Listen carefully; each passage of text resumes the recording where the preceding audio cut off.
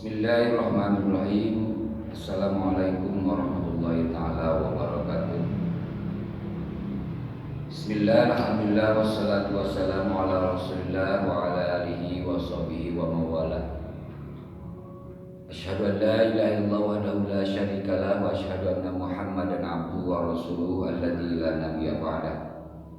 Allahumma shalli ala sayyidina Muhammad wa ala alihi wa sahbihi wa man tabi'ahum bi syarri yaumil qiyamah. Rabbi shrah li sadri wa yassir li amri wa hlul 'uqdatam min lisani yafqahu qawli. Subhanaka la ilma lana illa ma 'allamtana innaka antal alimul hakim. Rabbi adkhilni mudkhala sidqi wa akhrijni mukhraja sidqi waj'alni min ladunka sultanan nasira.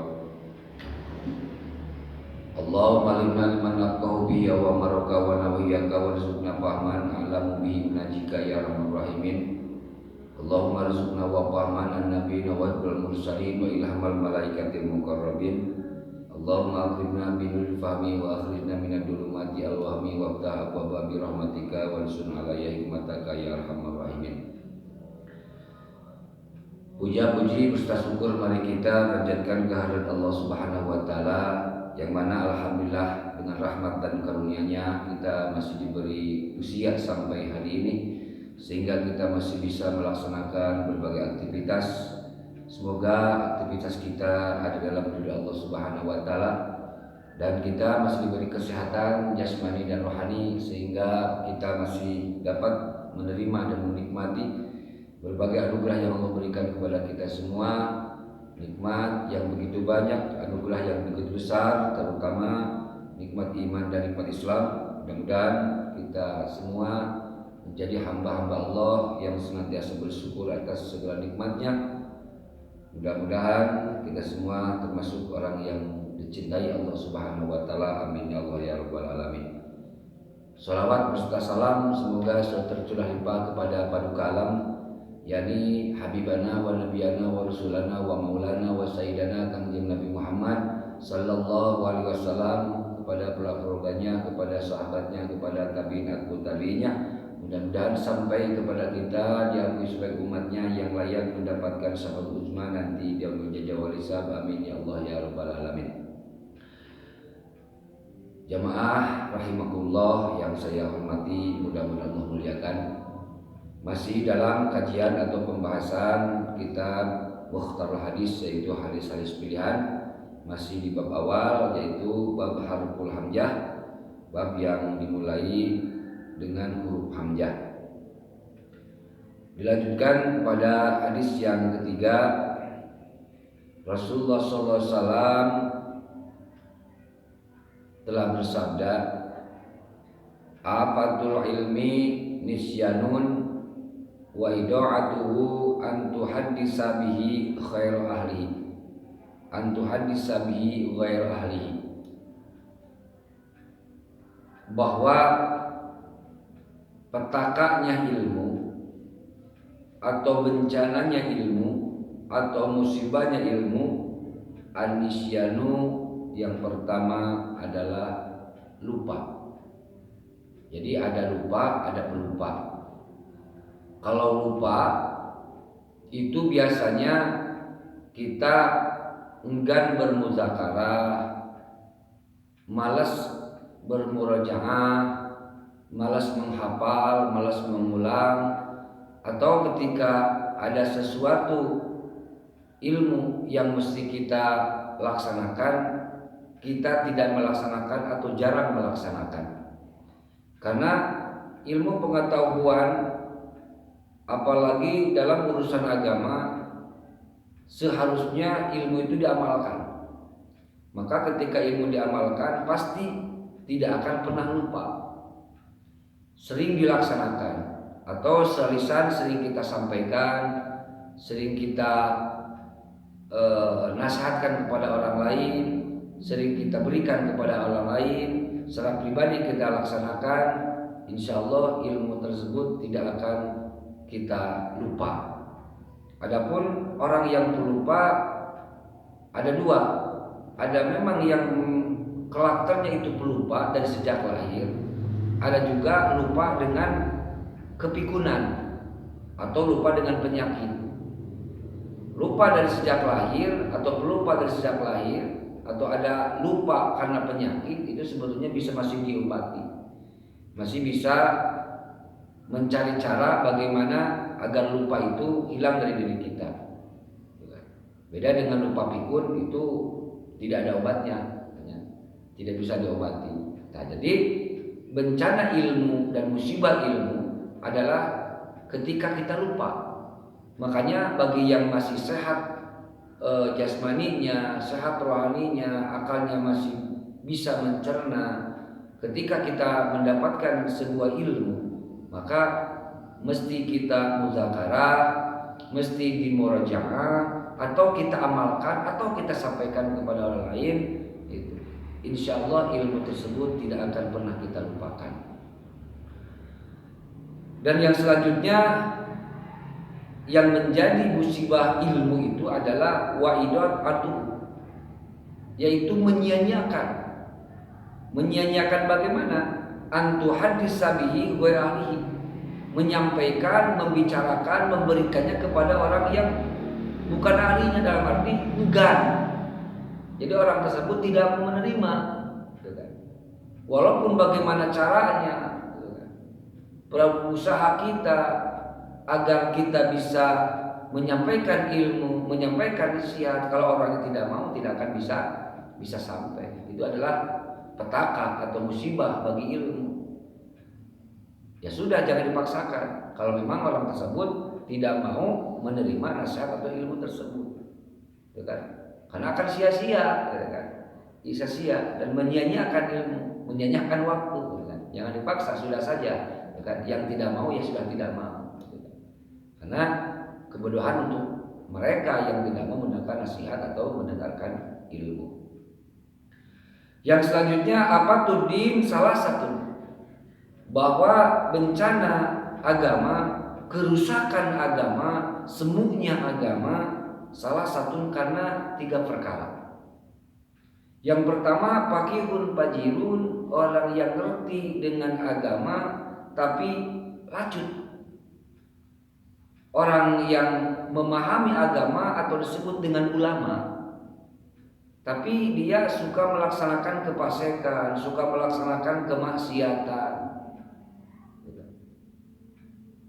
tidak peduli dengan aturan-aturan Allah, berpenampilan selengehan, bergaul seenaknya, bergaul bebas, yang dilaksanakan di hadapan masyarakat, kelihatan masyarakat, hal-hal yang memang tidak berakhlak atau memang jauh dari aturan agama, itu merupakan petaka atau bahaya bagi agama. Makanya banyak ulama yang mendefinisikan tentang siapakah ulama yang sebenarnya.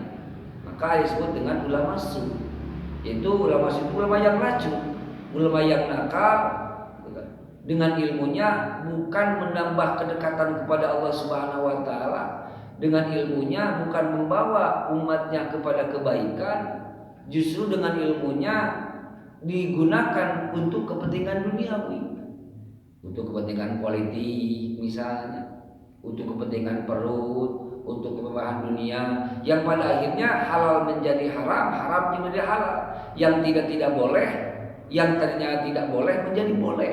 Nah ini pakihun pajirun, yang mengerti agama tapi lacu, secara pribadi melaksanakan kemaksiatan, secara umum tidak memberikan tuntunan, tidak memberikan uswah kepada umatnya, menutup-nutupi kebatilan, bahkan membela kebatilan karena ada kepentingan urusan dunia, tidak mau mengungkapkan kebenaran, menutupi kebenaran. Nah ini yang disebut dengan pakihun pajirun, yang akan merusak agama, menjadi musibah terhadap agama.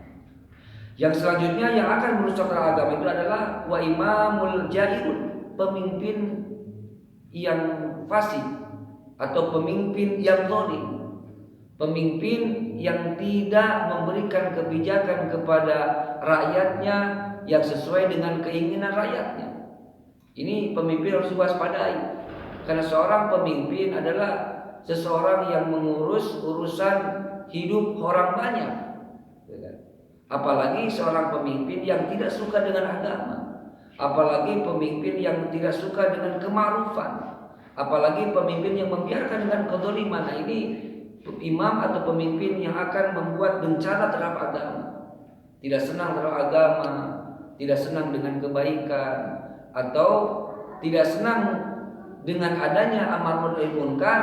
Bahkan ketika ada seseorang yang amar ma'ruf nahi munkar, justru dicurigai, difitnah, dikriminalisasi, bahkan diadili, ditangkap, bahkan dipajak. Ini bahaya.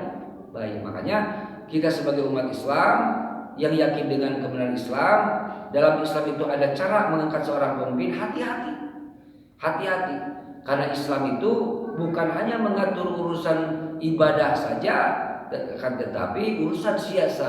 Dalam mengangkat pemimpin juga Islam mempunyai cara. Maka hati-hati memilih pemimpin untuk umat Islam. Jangan sampai pemimpin yang tidak suka terhadap Islam, yang tidak suka terhadap agama, tidak suka dengan kema'rufan, tidak suka dengan amar ma'ruf nahi munkar, ya kan? Nanti akan mengakibatkan bahaya bagi agama.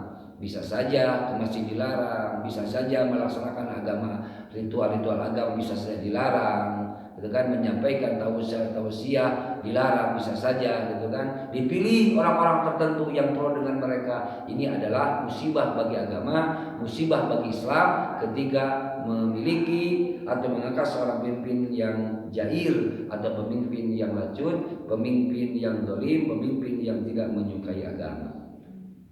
Yang ketiga, musibah agama adalah wa mujtahidun jahilun. Maknanya adalah ahli ibadah yang bodoh, ahli ibadah yang tidak menggunakan ilmu.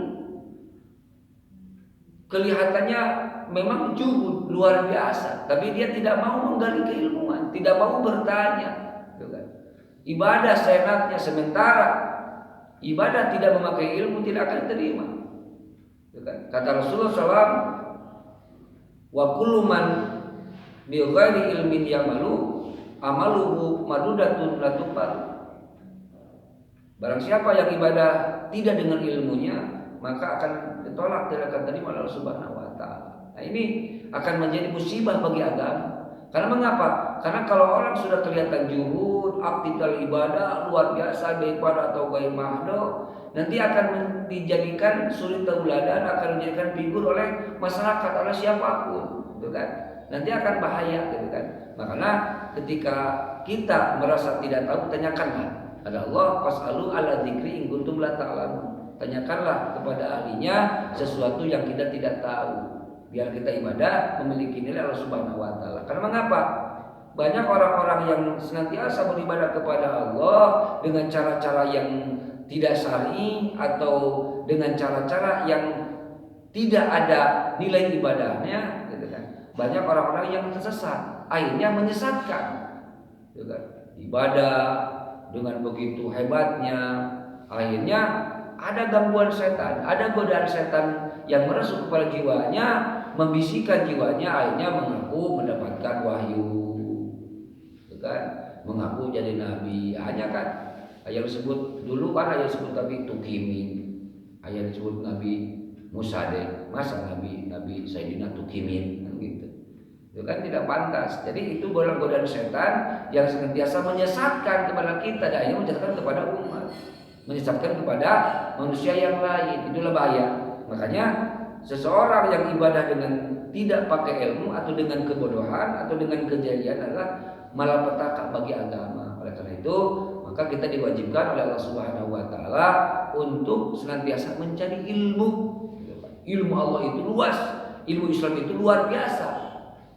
Terus gali ilmu agar ibadah kita bernilai di hadapan Allah Subhanahu wa taala, dan agar diri kita tidak sesat dan tidak menyesatkan terhadap orang lain, ya. Nah, itulah hadis yang ketiga dalam mutal hadis ini yang saya sampaikan. Mudah-mudahan menjadi tanbih atau tadzkir kepada kita semua.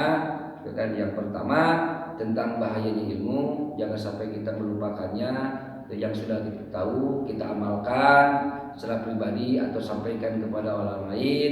Jangan menyanyiakan ilmu, jangan memaksa orang yang tidak mau mendengarkan ilmu, mendengarkan nasihat, apapun alasannya, alasannya memang tidak seideologi, tidak suka terhadap orang yang menyampaikannya karena yang menyampaikannya tidak berkelas atau tidak satu level dengannya, itu terserah. Yang jelas orang yang tidak mau enggan menerima ilmu jangan disampaikan, sia-sia. Bahkan bukannya sia-sia ilmu, juga akan sia-sia dengan waktu. Yang selanjutnya, hati-hati terhadap sesuatu yang akan merusak agama, menghancurkan agama. Yang pertama, pakirun fajirun, yang orang-orang yang mengerti dalam agama, atau ulama-ulama ulama-ulama yang nakal, yang dengan ilmunya dijadikan kepentingan kehidupan dunia, kepentingan materi, kepentingan politik. Hati-hati. Yang kita ikuti adalah ulama-ulama khusyuk, ulama-ulama yang hanya takut kepada Allah Subhanahu wa taala, ulama-ulama yang tidak takut dengan kemiskinan, ulama-ulama yang tidak takut tidak dihormati dengan umatnya. Itulah ulama-ulama yang disebut dengan warasatul anbiya. Dan selanjutnya adalah hati-hati bukan pemimpin, jangan sampai mereka tidak suka terhadap agama, apalagi agama Islam. Jangan sampai anarkis dengan amar ma'ruf nahi munkar. Jangan sampai mereka itu benci terhadap agama Islam. Nanti Islam akan menjadi rusak dan tidak bernilai. Islam hanya disebutkan saja, sementara tidak ada nilai dalam kehidupan umatnya. Dan selanjutnya hati-hati mujtahid yang bodoh beribadah kepada Subhanahu wa taala tapi tidak memakai ilmu, nanti akan sesat dan menyesatkan. Itulah yang kiranya saya dapat sampaikan dalam kajian kali ini. Terima kasih atas segala perhatiannya.